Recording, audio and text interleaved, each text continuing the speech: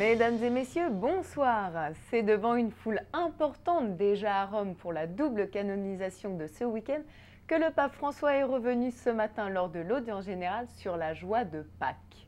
Pourquoi cherches-tu parmi les morts celui qui est vivant? Cette phrase de l'Évangile, nous dit le pape, est une parole d'espérance pour les situations désespérées. Car Jésus est vivant, il est ressuscité.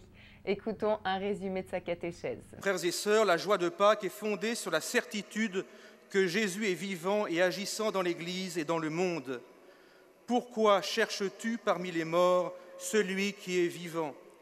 Nous avons besoin d'entendre cette parole pour nous sauver des situations difficiles ou désespérées, ou bien lorsque nous oublions Dieu, alors qu'il est tout proche, et que nous mettons nos espoirs dans les vanités mondaines, de l'argent et du succès.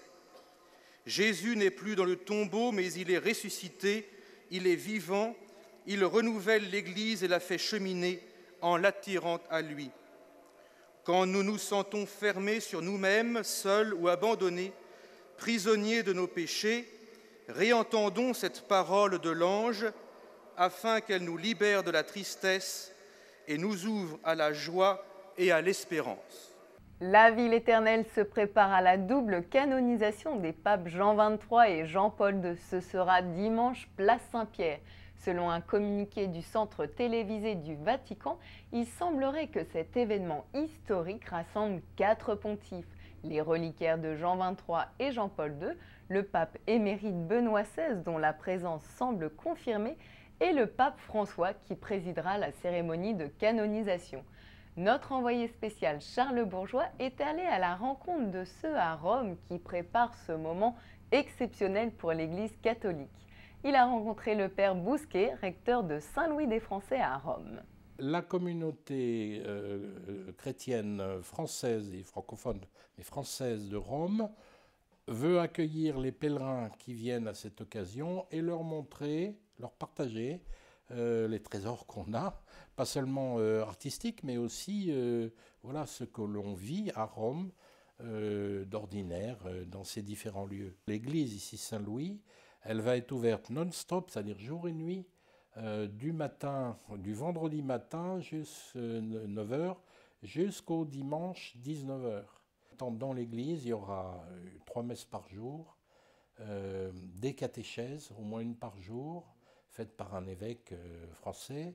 Et il y aura des confessions en permanence, même la nuit, et puis des temps qui sont des temps de prière ou des temps animés, avec une veillée orgue et lecture de textes de Jean XXIII le vendredi, et le samedi, une veillée qui sera une veillée de prière.